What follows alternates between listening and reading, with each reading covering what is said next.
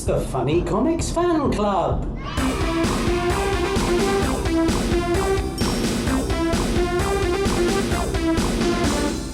Hello and welcome to the Funny Comics Fan Club. Cool, you sounded like someone at a Cracker Jack then. Cracker Jack? Cracker Jack! Cracker Jack, now hang on, who started? I don't know. Everyone at home is shouting that out. Shouting what out? Cracker Jack. Cracker Jack! Yeah, yes, it's a Cracker Jack loop. Do you know, have you ever seen Tiswas in your life? I have seen Tiswas in my life. You know Compost Corner? Compost Corner. He got the idea from Cracker Jack. Did he? Cracker Jack. Anyway, moving swiftly on here, because otherwise we'll get bogged down in Tiswas. Tiswas. So who are you? Okay, I am. Who are you? You are. Who are you? Who are you? No, actually, no. It's not. We're not Cracker Jack in the Who Are Cracker Jack. Cracker right. Jack. I am John Dredge. And I am Dr. Mark Hibbett. Oh no.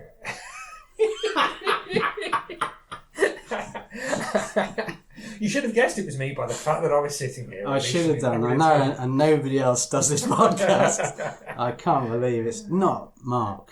Because it is. It is you, isn't it? It is me, and it remains so. Enough of this shilly-shallying. So what are we looking at this time then, John? Well, right, it's Buster. Buster from the 6th of June 1981. This is a comic and a half, isn't it, really? It's flipping full of stuff, isn't it? It's a comic and three quarters, that's what it is. So did you get Buster back in the day? No, I think I just picked it up at various doctors' and dentists' waiting rooms. Did you spend your entire childhood at doctors and dentists? Because you seem to have read every single comic going in these places. Well, my mum used to be quite worried about me. I can understand why. Yes. Yeah. I don't know if they still have comics in those waiting rooms, but I would be reading them if that was the case. But you didn't buy it? It wasn't one of your regulars? Not a regular, no. Well, how about you? No, same, yeah. I think this is one of those that you'd pick up if you... Because I don't if you were stuck. If you were stuck, yeah. Well, you know, sometimes if it was a school holidays or something, if you had some extra pocket money and you go I'm going to have a midweek trip to the newsagents to buy some comics, and you go, well, I've got my usual ones. What was your usual one? My usual ones were the Beano and Wizard and Chips. And my usual one was Cheeky Weekly and Crazy, really. I mean, Buster was running for like 30 years, right? It ran for 40 years, in fact. 40 years? 40 years. Started in 1960, finished in 2000, by which point it had basically subsumed every single other IPC weekly kids comic. Because through all the mergers, they all ended up merging to Buster. It's like a sort of hole in the middle of the earth and everything gets pulled into it. That's right, Buster is the hole in the earth. And it's weird that it was Buster, because I never thought of Buster as one of the really big, important, great ones. But this was the one. It was just there. You know, like Radio 3, it's just there. But I thought, looking at it, it reminded me that Buster is an IPC comic. So all through this, we've always had the IPC comics and the DC Thompson comics. The DC Thompson comics are all a bit more staid and old-fashioned. And Buster is the IPC comic that, for me, felt most like a DC Thompson one. Yeah. And it just feels quite... It's fun, but it feels a little bit old-fashioned, I think. I don't think there's anything that particularly distinguishes it from anything else. What do you think? I think the Leopard from Lime Street. Oh, I like that one, actually. Yeah. That was the one I always used to go to. Yeah. I always used to go straight to that. Do you want to go straight to that? Let's go straight to it. Let's go straight to the Leopard from Lime Street. Why don't we? Strangely, we're going straight to that because it's more of a dramatic drama strip and not a funny one, really. No, I know. And it's weird because I think we've spoken about this before that... Yeah, you mentioned it before, but for those who weren't paying attention, by all means, mention it again. I mean, I wasn't listening last time. Yeah, I thought that was the case, yeah. But what really struck me when we read through these ones is how many of these adventure strips there are. And I don't remember them being... I remember the Leopard from Lime Street, but that's it. But there's been when we looked at them, there's been loads of different things, haven't there? Well, there's another one in this called Barry and Boying. Yeah, we'll have a look at that in a bit, won't we? And I'm meant to be looking at that one and covering it, and I immediately forgot that one. As soon as I read it, I forgot it. But Leopard from Lime Street is still in my brain somewhere. Well, it's kind of a classic of this. It's the best one. It's a classic. It's the one we all remember. And I think part of it is because it's drawn by Mike Weston, who did loads of stuff in 2000 and other action comics. So he is a proper action story artist. It looks great. And I think, for those who don't know, what happens in Leopard from Lime Street, see if any of this sounds familiar. A young boy called Billy Farmer, he is he's bitten by a radioactive leopard. That's not right. How unfortunately can you get? It's You're bad joking. It's bad. That's what happened. He's not. It He's bitten was. by a radioactive leopard. He was bitten by a radioactive leopard. Is I am that not right? joking. That's what happened. Yeah. Was Stanley aware of this? I don't. Why? Hang on a minute. But you think that's so? I think that's such a fantastic thing. That it's like it wasn't just bitten by a leopard. That would have been bad enough. It's a radioactive leopard. Oh no! Even What are the worse. chances? What are the chances of that happening? So, do you know much about the origin story? I mean, do you know how this occurred or anything? I don't actually. I mean, I assume he went to a. He went to a radioactive zoo. Why on earth would you be bitten by a radio? I mean, that is quite difficult to achieve, that, isn't it? Maybe the radioactive fairground was closed down for the day or something. It could have been. Yeah. It could have been. But I suppose there aren't that many leopards from Lime Street when you think about it. No, so it's happening, really. Thank goodness for that. But it is a massive rip-off of Spider-Man. It is complete... But it's also a rip-off of the Incredible Hulk. I mean, look at this bit down here, right? Billy was growling. He's just been hit by a cricket ball. As always, when something happened to make him lose his temper, his leopard self began to take over. The Hulk. Yeah. Hulk. He leopards out. He gets angry and then becomes a blooming leopard. Yeah, because that's the idea, isn't it? So he's got leopard powers, but the downside of... Well, part of the downside of it is that sometimes he gets out of control and he loses his temper. And so it's a sort of amalgamation of Spider-Man and the Hulk. Yeah, I suppose it is really, yeah. And in this story, what happens in this story is there's a cricket match going on and Billy is trying not to be too good at cricket.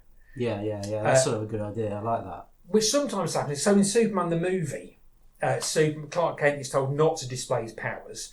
And it's for the same reason, because his dad says to him, it would be unfair of you to use your powers in a game of high school American football. So he has to pretend not to be very good. And he's very frustrated. And in this, Billy has told himself not to be too good, because he says, if I'm too good, some other kid will miss out. And it's like... So he's a good man. He's a good chap. Well, that's true of everybody who's good at sport, isn't it?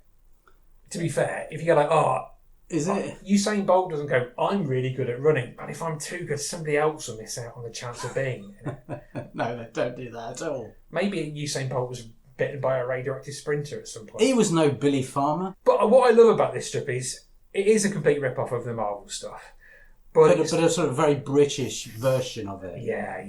It's cricket. It's a cricket match. It's a cricket match, yeah. Couldn't be any more British than that, really. And Billy himself is incredibly poor. I don't know where they got this idea from, but he goes out and takes photographs for the local newspaper. Where did they get that idea from? Yeah, amazing, isn't it? Yeah. For him, he does that because there isn't enough money to pay for food in his house and he's hungry. And he lives with his stepdad who beats him. Oh, God, really? Yeah. I've read there's a brilliant collection of these stories and they're intensely grim. They really are grim. Billy's always getting beaten up. That sounds interesting. There's a website and a book called Scarred for Life, which is all about kids shows that had that sort of effect on you when you were a kid. So they may well be interested in that. I mean, I didn't realise they were all... I mean, this is quite a tame story in this issue compared to that. Well, you say that, but there are some bullies who are manhandling Billy's friends from school. Well, they're not really his friends, but some other kids who know him. Yeah. And then the person who's bowling is throwing the cricket ball directly at him to try and hurt him as much as possible. Directly at his head. And directly at his head, yeah. And that's why he loses his temper and starts fighting him. Oh, there you go. Oh, it's more dramatic than I'd realised on first viewing, yeah. But, I mean, look at the blooming logo. It's just so well drawn, Leopard from Lime Street. And we see this incredible, strange leopard-like character leaping about. It's a shame that he doesn't actually appear in this issue. No, he's not in his costume, I would have liked to have seen that. But, an interesting story nonetheless. And it is one of the great, and I say, it's one of the great legends of British comics. And who wrote it? He wrote it, this guy. I don't know who wrote it. No idea. But I know that it was brought back, sort of, about 10 years after this strip came out in Zenith. I think we talked about this before, haven't we? The strip Zenith in 2000 AD, when lots of the IPC and DC Thompson characters, the DC Thompson ones were lightly disguised, but the Leopard from Lime Street was in Zenith and was painted as kind of a sort of pathetic character, done as which I liked Zenith, but I didn't like the way Van Morrison dealt with the Leopard from Lime Street. You didn't like the way Van Morrison dealt with the Leopard from Lime Street? Grant Morrison. Oh, sorry. Grant Morrison. I don't like the way Van Morrison does with anything. But the Leopard from Lime, I don't know. I mean, it's. I would like to read more of it. If anyone's listening, please send us a collection, and then we can. That's a good idea. Yeah. It could be a film and be and immediately be sued by Marvel. Well, yeah, that would be the issue. Marvel would probably make it. Actually, there's no reason for them to make it. They've already made Spider-Man and the Hulk, really. I guess this is why we're not film producers. No, because exactly. a film producer goes, no, we're not going to make That's that. right. That's just one of the things that we're not. Let's not listen. No. Shall we go back to the start then? And have a look at Let's Buster? go back to the start. So the front page has got a cartoon strip by Buster. So what did you think to this? Well, Buster is he's the big star of Buster comic. There's no doubt about that whatsoever. There he is on the front, all in colour there. He goes to the zoo again. Well, he goes to the zoo and his cousin Sid is a bit of a twit and grabs all the food that was meant to be for the monkeys and things like that. Buster to me, again, is a bit of a bland person. I mean, the interesting thing about him is that he is supposedly the son of Andy Cap. Yeah. Isn't he? So what do we know about that? I mean, I used to actually really love Andy Cap when I was a kid. I used to get all the collections. In fact, my gran used to get the collections. And I used to think they were absolutely hysterical. Well, this was kind of the idea that it was spun off from Andy Cap, because I think they would have thought, oh, great, everybody loves Andy Cap, let's base a comic on it. But that kind of disappeared within the first year of the strip happening. So in this issue of Buster, there's a cutout and keep section, isn't there, where it's your own copy of the first issue of Buster comic. You can't actually read it because it's so tiny. But you can keep it. But you can keep it. Yeah, I was slightly annoyed about that, listeners, because there's a little cut-out bit of the first ever Buster, which looks interesting. It looks really weird. It's got they're talking about the free gift, aren't they? That was coming in issue 2. It's exactly the same as the free gift that Cheeky Weekly had. A plane that sort of hovers around making a bit of a noise. Yeah, there's some weird stuff in it. It's just quite old-fashioned. Very old-fashioned. Yeah. I mean, there's a comic character called Dumbbell Fumblebee, which seems to be based on David Dimbleby or Richard Dimbleby. Oh, is it? Dumbbell Fumblebee and his loopy listeners, the Luggols. I mean, it looked like fun, but I couldn't read it. It's so small. And that's in there because it's the 20th anniversary of Buster comic. It's Buster's big year. Ah, I see. But then in the Buster strip itself, it's got his mum in it, who wonderfully, you can tell she's a working class mother because she has her hair in a scarf, as all working class mothers in these comics do. But she doesn't look like Flo, Andy Cap's wife. She's not looking the same as that. No. And he's not going around with, cigarettes and beer. So not in this issue. No, he's clearly not not as it related to Andy Cap as one might think. But I did know that his cousin Sid in this is really annoying. And yeah. There's a strip called Billy Blow, and he's got a cousin Sid. Yeah. Who's really annoying. So did the editor of Buster have a really annoying cousin called Sidney? I think so. I noticed that as well, strangely enough. What I did like about it, though, is that it goes around the zoo, various things occur which we need not trouble ourselves with, but it ends with the zoo owner, who's a posh man with a moustache and a pinstripe suit on, saying, "That was smart work, lad. It would have been nasty, the thing that's just happened. Here's a free ticket for 2 at the zoo restaurant." So not only does Buster and his mum then go and have a free slap-up feed, but the last thing you see is the free slap-up feed, and it appears to be a part of mashed potatoes with sausages coming out of it. Sounds all right. Classic work. Well done, everybody. I did notice that when the annoying cousin Sid falls in the pond, or he falls in a sea lion enclosure, there's not much of a splash. Let's face it. I mean, if someone else had drawn that splash, there'd be water all over the place. Very, very subdued splash. If you go to the socials, you may well be able to see that as well. But yeah, I wasn't... it's not exaggerated enough for me, that. No. It feels like it's as you say, it looks nice. It's okay. It's okay. That's what it is. It's okay. It's okay. It's okay. Well, shall we move on to something that's definitely more than okay, which is Mastermind, which is what you wanted to look at. Yeah. This is drawn by now, I think, definitely one of my top 3 cartoonists, Jack Edward Oliver. Mastermind is this kid who's a bit of a twit, but when he goes in a phone box and says the magic word pass, he becomes the world's brainiest superhero, Mastermind. I like the fact that when he says pass, the noise is fa-dang. That's right. I mean, the kid's name is Alf Witt, and maybe if you look at it written down, it sort of looks like Arf Wit. But it's not really a very good joke as far as I'm concerned. Well, it didn't run very long, this strip, did it? It's around for... a couple of years, was it? 1980 to 1983, this run, so it wasn't... I mean... It's okay. I mean, there are some really inventive things about this. Because this is Jack Edward Oliver, there was always interesting stuff gone in the background, and that's why I like him so much, really. Because, most of the others didn't really bother with that. Frank McDiarmid being an exception. But this guy, the first panel you see... there is a box with a handle coming out of it. I mentioned this before when we looked at Jack Edward Oliver. In the background, in a lot of his strips, he had, for no reason at all, a box with a handle coming out of it. And that just stuck in my brain, in my subconscious. I do it now. When I draw cartoons, I draw that somewhere. It just stuck in my head. I just thought, what a strange concept. Very memorable, and there it is. And, if you look on the socials, we may well have a picture of that you can look at. And then also in the background, on the wall, very, very small, in small writing, it says Abolish Tuesdays. That's another trademark of Mr. Oliver. I just love it for some reason. It's just like because he's using the panel. He is. And I suppose, everyone's going to say, what about Leo Baxendale? He did exactly the same. So I suppose it's in that tradition. That's a good point, actually. Yeah, it is, isn't it? Yeah. Filling the panel up with interesting stuff. And there's some brilliant jokes. I mean, the first 2 panels. Yeah, great. Alf says to his dog, "Are you feeling all right? You look a little drawn." And the dog says, "What does he expect? I'm a cartoon character." Yeah, that's a good joke. That's great. And so, the concept of this is great as well. He's wandering along and he sees there's a sign on the door, surgery, the doctor is out, please be patient. Then he sees a sign on the next door, Acme Shipbuilders Limited, gone to launch. And he's saying, well, there's hundreds of signs on these doors. And it says it turns out to be the door-stealing crook who always leaves signs on the way to his crimes, Norman the Doorman. And then there he is coming out of a dormitory. He's just stolen the door of that. And he says, this is a job for Mastermind. So he goes in the phone box, says pass, turns into Mastermind. Looks exactly the same to me, except with a cape on and a funny sort of some boots.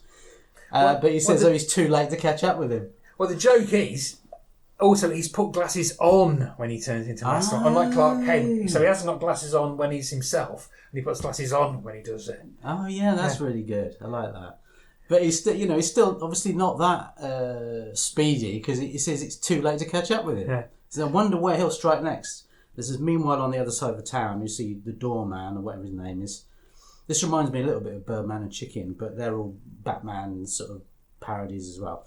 So the doorman says, here we go again, there are lots of doors on the way to my next crime. He falls over and he says, oh dear, all the signs are mixed up. Hey reader, can you work out which sign should go on which door?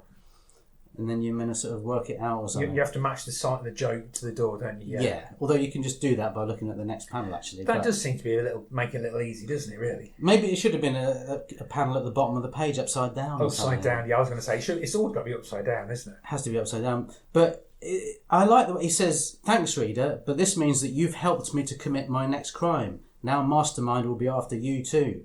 Will Mastermind catch you?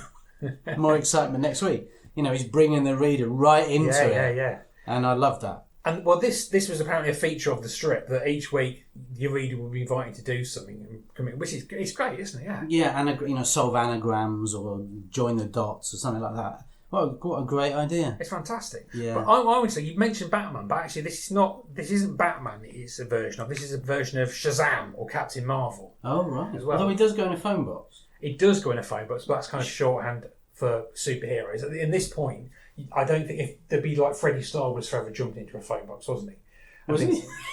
I don't know much about his personal life. What do you mean Freddie Starr was always jumping into a phone box? I'm picturing in all comedy shows in the 70s and 80s, they would always have a sketch where somebody jumps into a phone box and comes out as a superhero. Well, Kenny Everett did that. Yeah. Penny Hill did that. Yeah. Morecambe Wise did it. Yeah. Did they? Yeah. Morecambe Wise did that. Sylvester McCoy and David Rappaport did that. You won't know that. That was in Jigsaw. They came out as the O-Men. Oh, the O-Men, of course they did. Yeah. But I know what you're saying. But that was always the thing, was the superheroes do this. But what happens is he speaks a magic word and he's transformed into somebody else, which is Captain Marvel, later known as Shazam, for various copyright reasons. And in his secret origin is the same as Captain Marvel / Shazam, because Captain Marvel meets the wizard Shazam in a cave, and the wizard said, say my name and you should become a being of power and that. In Mastermind's secret origin, he met a wizard in a cave called Madness Madnesson. Yeah, that's great. I really love that. That's the time joke. But okay. I was about to say, interestingly, terms and conditions do apply, may only be of interest to me. I note that this comic, published in 1981, has Mastermind has a logo of a double M, slightly askew in a circle on his chest. That is the same as the Miracle Man logo that was published around this time in Warrior Comic as Marvel Man. It's the same logo. It's the same idea that he speaks a magic word and he's transformed, because obviously Marvel Man / Miracle Man was a complete and utter rip-off of Captain Marvel Shazam. I just wondered, did Alan Moore and Gary Leach and Alan Davis see Mastermind in Buster comic and think, oh, it's not a bad idea, let's bring that back? Who knows? You never know. You never know. If you're listening, Alan Moore, drop us a line and tell us. Yeah. But yeah, good old Jack Edward. He comes up trumps again here.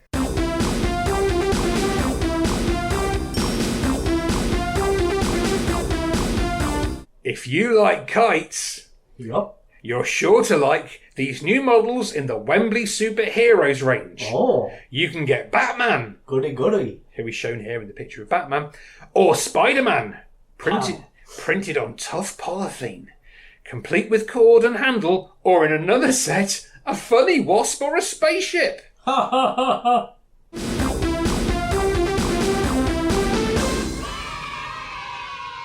This comic is packed full of strips. It feels really, really dense with stories, doesn't it? It's got tons of them. I mean, whether they're good or bad is another matter. That But is there is a lot. But Fun Spot, right? There's two things about Fun Spot I thought was interesting. One, it says here, make a moon crawler. Oh, do you remember making these? No. Did you ever make one of them? It says here, make it like this. Yeah, so this is how you make it. With a cotton reel, piece of candle, elastic band and matchstick. Yeah. Wind up the elastic till it is tight, then set the crawler on the carpet and watch it crawl along. Did that work then? Yeah, it did, yeah. Did you ever make one of those? You're going to have to make that as a video. I think what's happening here is, once again, what's happening is you, with your LWT television programmes, were so busy watching television that you didn't have time to do this, whereas I, stuck with farming programmes all day long, had nothing better to do than to make these. Make a moon crawler. Why is I think you should do a video of making a moon crawler. So I can't see that as ever working. It works, I promise you it works. It says here, it's got a diagram and everything. I don't know why it's called a moon crawler. Well, they'd call it something. That's what it's called. And then the other really cool bit, I hope we can put this on the socials, is the telescreen puzzle bit. Yeah. Did you see that? Hold this page up to eye level to see a famous funny man. Did you do it? I did. I can't remember what it says though. If you hold it up, the text appears magically. It says Benny Hill. Benny Hill. I thought that was really cool. Just for a little bit in the middle of a comic. That was a nice little detail for me. But moving right along here, I mean, I liked disappearing tricks. That's like a little girl that disappears and they're having a go at Rod Hull and Emu. That's why I like that one. And what's Rod Hull called in this? Rod Grimsby. Rod Grimsby. Rod Get Grimsby and Ostrich. You know, they obviously can't stand Rod Hull and Emu and they're having a go at him and nothing wrong with that. I like the way what happens in this one is that Rod Grimsby's opening a supermarket, but then the manager of the supermarket turns up and he's dressed exactly the same as the manager of the zoo, isn't he? He just hasn't got a moustache, but he's the same guy.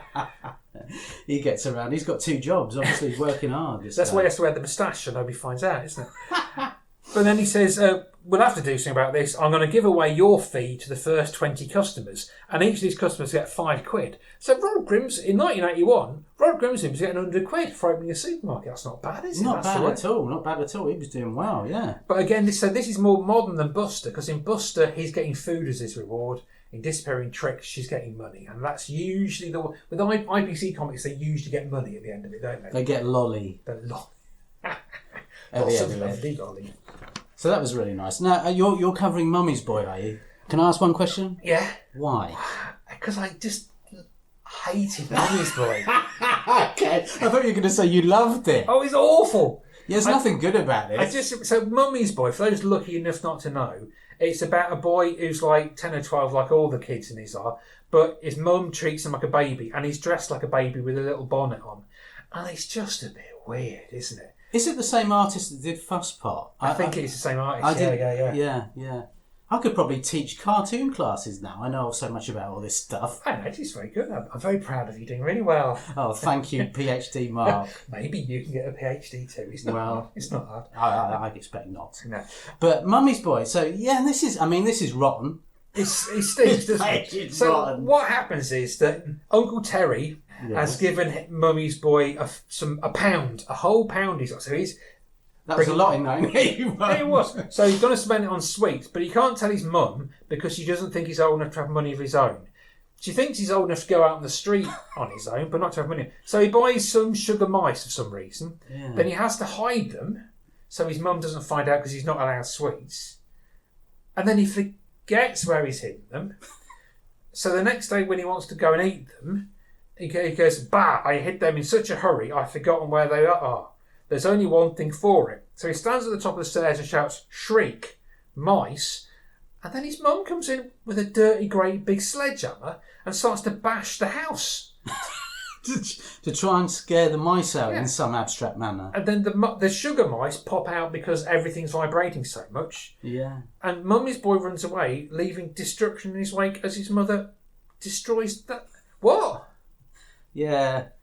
This page leaves everything to be desired. It certainly does. I mean, the characters are poor. It's just it wasn't worth drawing it. No. And how long did this go on for? Do you know? I mean, I seem to remember it. Yeah, I don't know. Yeah, I mean, this started in Monster Fun, so it'd already been in. Right. A lot of these things I remember from Monster Fun. I think like Gums and Gums is one of those. Yeah.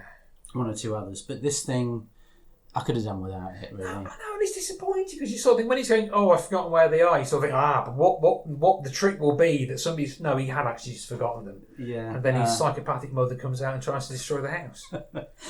So yeah, I mean, I can relate to that bit, but apart from that, let's draw a veil over that one, I think. And so we go from another classic trope of food and money to the other classic trope of all these, which is class warfare. You love this, don't I love you? a bit of class warfare. So this comic's class warfare item is called Ivolot and Tony Broke. Now this went on for years. This went on for absolutely ages. It was massively popular.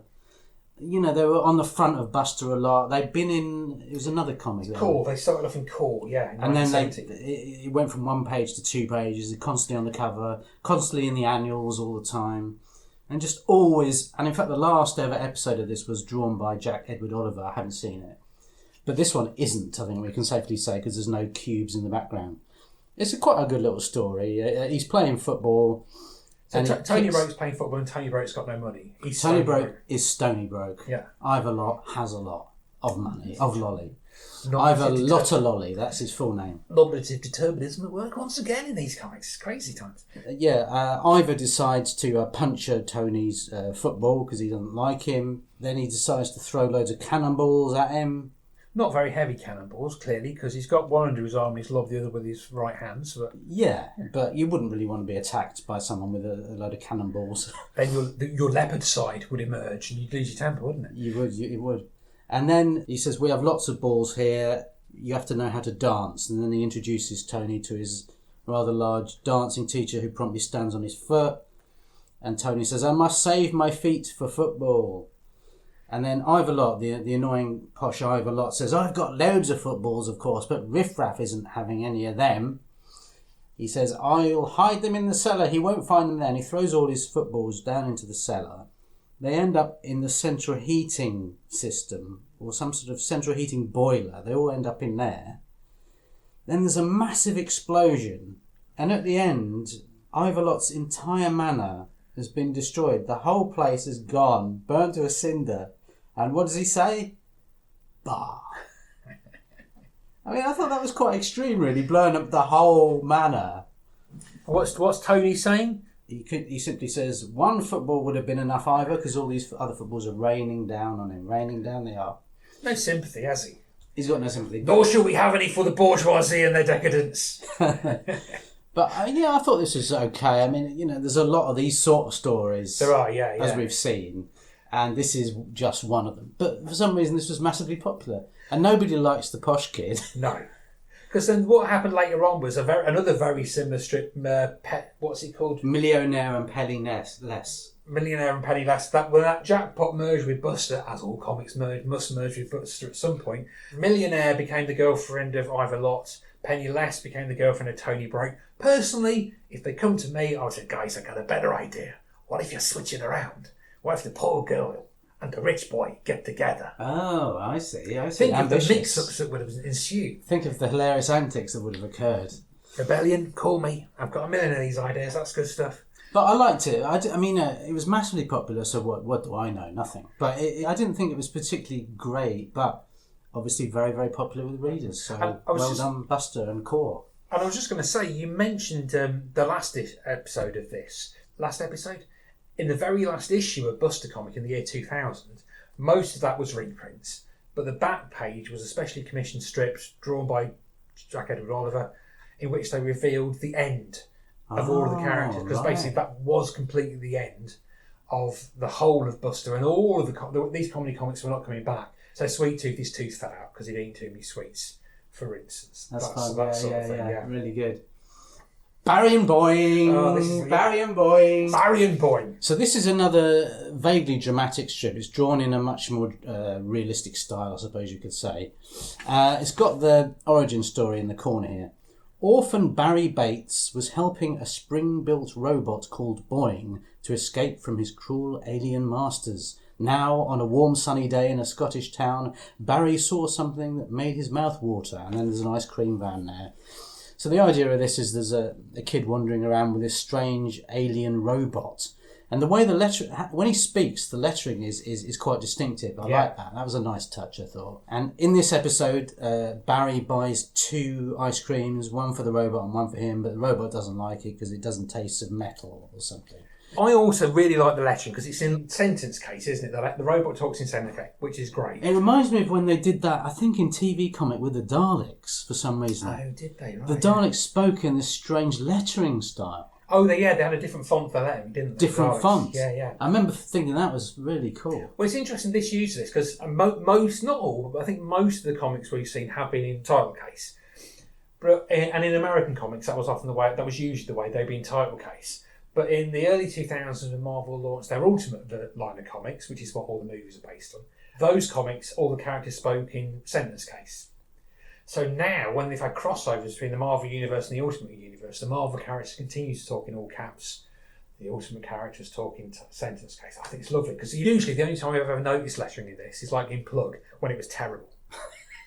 But here they're using it as part of the story, and that is really, really fun. And the art's really nice as well, isn't it? I don't know who did it. I think somebody online said it was Mike White, but this looks too clean to be marvellous. Let's see if I've got anything about Barry and Boing in here. The strip first appeared in Knockout #1 and continued to appear until the 107th and last issue, reprinted in Buster. So this is a reprint of that. It's weird, isn't it? Because again, we keep coming up against these reprints. I never realised. No, I never realised it. Never realised it. But with this one, because there's another strip reprint in this called, what's it called? Bertie Bumpkin. Is that a reprint? That's a reprint. And it's rubbish. You think, why reprint that? Why reprint that? But Barry and Boing, it's like, well, I can see why. It just looks gorgeous, doesn't it? It's so nice looking. Yeah, and the robot is fun. You know, he can extend his legs and jump around, and the word Boing appears many times, so we like that. Lots of good sound effects. And there's the story is really that this little kid is coming out of a toy shop, this spoiled little girl, and she knocks into him. He drops these ice creams, and then they have a bit of an argument. Well, she smacks him in the face with a box. There is that. Class war. That's the that's thing. The class war. Class war's back again. That's where it is. Yeah. So she goes off in this Rolls Royce because she's a stuck-up, snooty little brat. But then they just Barry and Boing. They sound like a double act, don't they? Just recall Little and Large there for some reason. Barry and Boing, there was never a TV series of Barry and Boing, no. And good. Let's put it on the slate. When we open our movie company, let's put this on the slate, Barry and Boing. That could be a massive Marvel. Massive. I think this is $1 million idea. I think so. If there isn't a podcast next time, that's because we've gone off to Hollywood with Barry and Boing. Yeah, so Barry and Boing decide to give chase because they want to get money for the ice creams because they're skint. So off they go, and then what do they see? The blooming little girl gets kidnapped, as does the chauffeur, and they drive away, and Barry and Boing are quite perturbed. Will B&B try to rescue the girl? See next week's exciting episode. It's a good strip, but not phenomenally memorable. It's not memorable, but it just looks so gorgeous. I think looks good. It's such a nice one, yeah. Yeah, really we like that, and a bit of fun there at the end. And then we've got one of the most famous characters in probably all comic history to me, Faceache. Ken Reed, isn't it? Ken Reed, you've got his name there right at the bottom. It's obviously him. And to me, he's a sort of a really memorable legendary character, really, Faceache. It's just drawn so brilliantly. But this particular episode didn't do anything for me.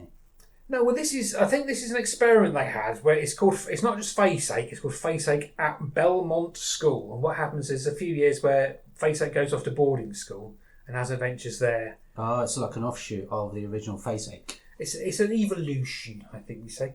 But, I mean, the word scrunge is heavily mentioned, so, no problems there. Yeah. Well, this is what, because if you don't know what Faceache is, in the first ever episode of Faceache, he was called Ricky Rubberneck. And then they kind of didn't call him that again. But the idea was that he could change his face. But the more it goes on, he just changes every part of his body. And when he changes, he goes scrunge. That's a classic word. What brilliant. A great word. Where else would you see the word scrunge, really? It's so embedded in comic book lore for me, personally. And, Faceache can change shape. He's looking like he turns into a monster here. A huge monster to scare the bully. And that's fun, but nothing else really happens in a whole page. It's all a bit, okay, yeah, good. But it just looks good, doesn't it? It looks brilliant. Really super. It looks brilliant. Maybe he didn't write it. I don't know. I think Henry did write it. He did write it. But because I bought recently, there's a collection, they're called The First 100 Scrunges. What a great title. A great title for it. And does. The book's got a really interesting introduction by Alan Moore. So Alan Moore, I was reading Buster comic. Okay, send this to Alan Moore. Yeah. He's online somewhere. But he was saying that with this sort of comic, because it's full of horror, and there are quite weird, scary, and nasty things that Ken Reid does. And Alan Moore's theory is that all these comics that we grew up with are drawn by people who've been through the experience of the war, and it was a whole generation of people who had PTSD, had post-traumatic stress disorder. It was never dealt with. They covered it up by trying to be nice and bumbling, but behind that, these horrors keep creeping out. I don't know if that's true or not. It would explain a lot of monster fun, with all this just totally weird strangeness coming out of normal situations. Although they could have just been influenced by films from, the old classic Bela Lugosi horror monster films, of course. This is also true. Or books or things like that. But yeah, I mean, Ken Reid also did that incredibly brilliant Worldwide Weirdies page, didn't he? I can't remember which comic it was, but those are extraordinarily drawn as well. So this particular episode is okay, but nothing special, I think. It's all right. But in general, it's nice to see him. It's one of the great strips. It's one of the great strips, isn't it? Faceache is, an absolute classic, without a doubt. So I think that was all the big strips we were going to. That was all the big strips, ladies and gentlemen. Yes, yeah. And so what do you think overall? What are your two favourite characters in this one? Well, I think what my favourite. Well, Faceache is just brilliant. He's just a classic. You can't go wrong with Faceache. Yeah, that's definite. I agree with you there. And I think I'll go for Leopard From Lime Street. Okay, I would say I like Mastermind because it's Mr. Oliver. Those are my faves. That was great, yeah. And nobody likes Mummy's Boy, so we will That's the one take that as read, which we have read it. Overall, I don't know. Overall, this reminded me of when we looked at Whizzer and Chips. Because going to Whizzer and Chips, I wasn't expecting to enjoy it very much, and I did. And it was the same with Buster, because I thought, that's what we were saying earlier, this is the one you just get if there's nothing else going. But there's a lot of strips. We've only looked like a third of the strips at most. There's so much stuff in here. Yeah, good value, isn't it? Although it is 14p. 14 pence. In 1981, I can't remember if that... I think that's quite a lot more than Crazy was, but that was, when was that, 78? But yeah, so overall, good effort, and yeah, we liked it. I think I liked it. I liked it quite a lot, I must say. And there's stuff like Gums in there with John Gearing drawing it, isn't there? Yeah, all good stuff. And Buster's bonus joke books, where you could get not only £1, but also a Buster T shirt. And why not? But I think we enjoyed it, didn't we? We liked that one. More than I was expecting. So all that remains then is to present you with next week's or next episode's comic. And this, I think it's nice. What's going on here? I think it's nice. So we always look at DC Thompson IPC. During the last series, we looked at TV comic, which I loved. Let's see what you think to this. This is Marvel Madhouse #1, a Marvel monthly. Oh my goodness! Marvel Comics attempt, Marvel UK's attempt to do a human comic. See what you make of that. Oh, I'm looking forward to this. It's got adverts for Starburst on the back for a start. And we shall delve into this in the next episode. Yeah, so to find out what happens and whether John likes it or not, and what I thought of it, and I have thoughts, I can tell you that, tune to our next episode. In the meantime, I'm going to do the proper professional Podcasting. I'm doing it. Get ready. It's good night for me. Is that right? I was going to say it's like and subscribe. Oh, go on then. No, that's much more professional.